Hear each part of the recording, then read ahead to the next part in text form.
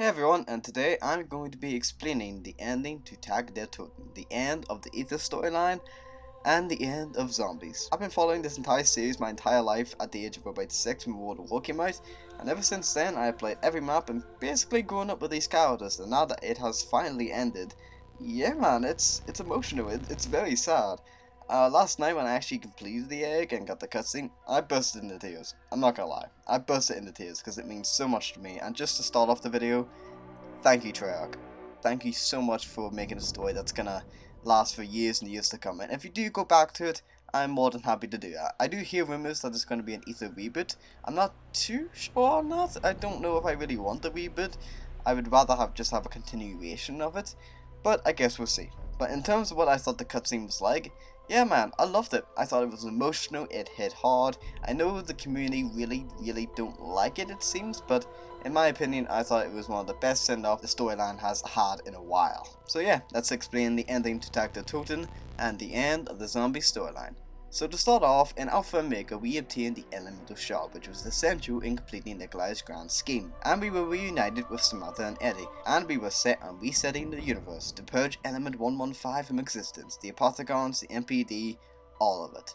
Ultimus Richtofen then reawakens the Victus crew, and they are sent on a mission to obtain the Agothian or Agatha device. Through many steps they finally obtain it, and it is sent to Nikolai and Zombie Richtofen. Now before this, our Ultimus and Primus crews were celebrating, a last supper kind of celebration I guess you could say.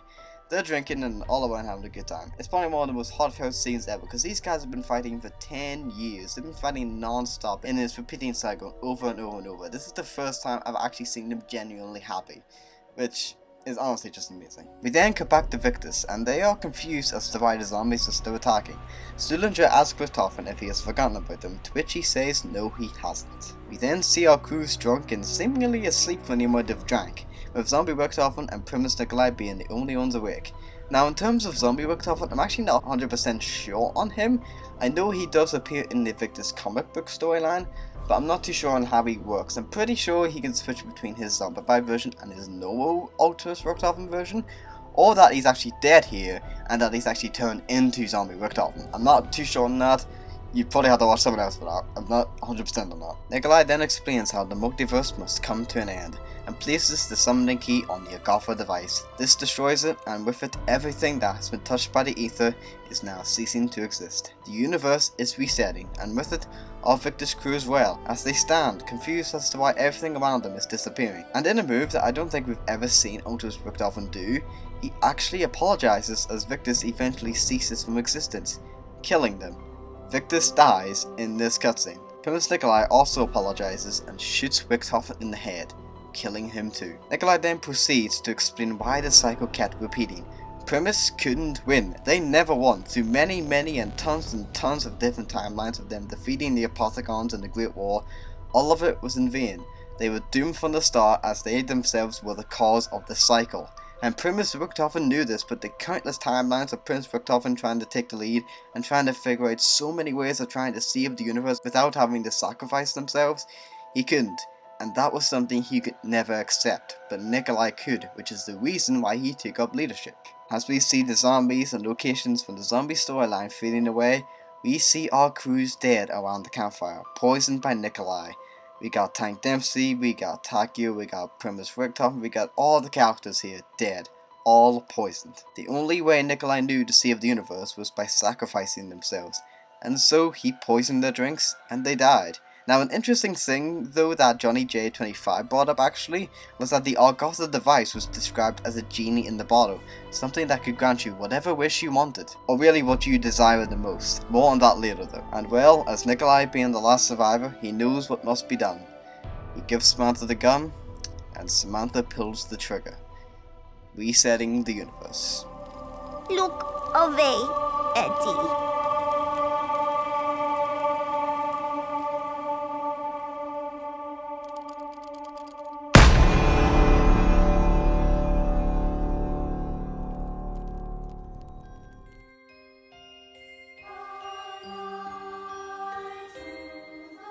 We then see Samantha and Eddie walking towards a beam of light.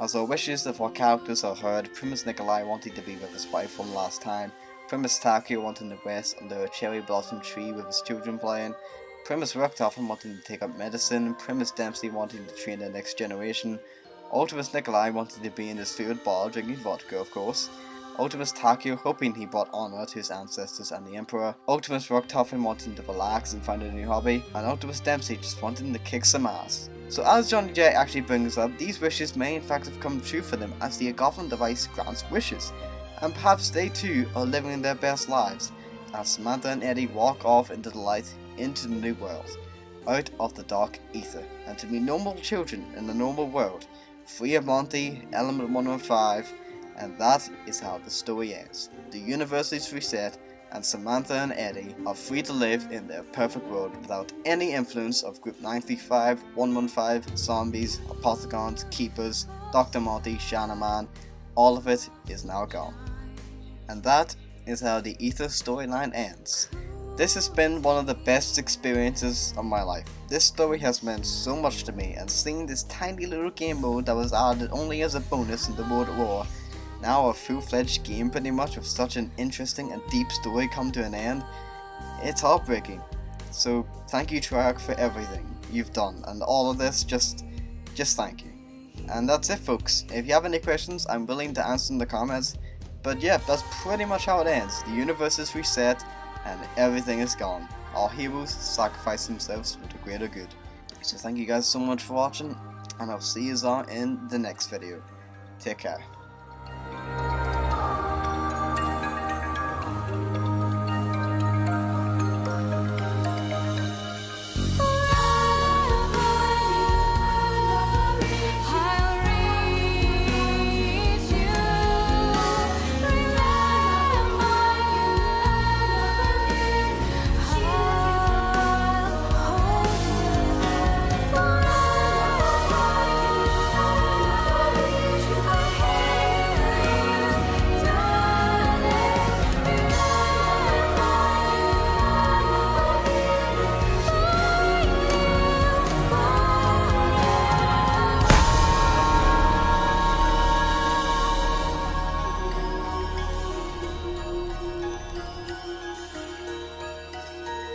You were more than just my allies, my brothers in arms.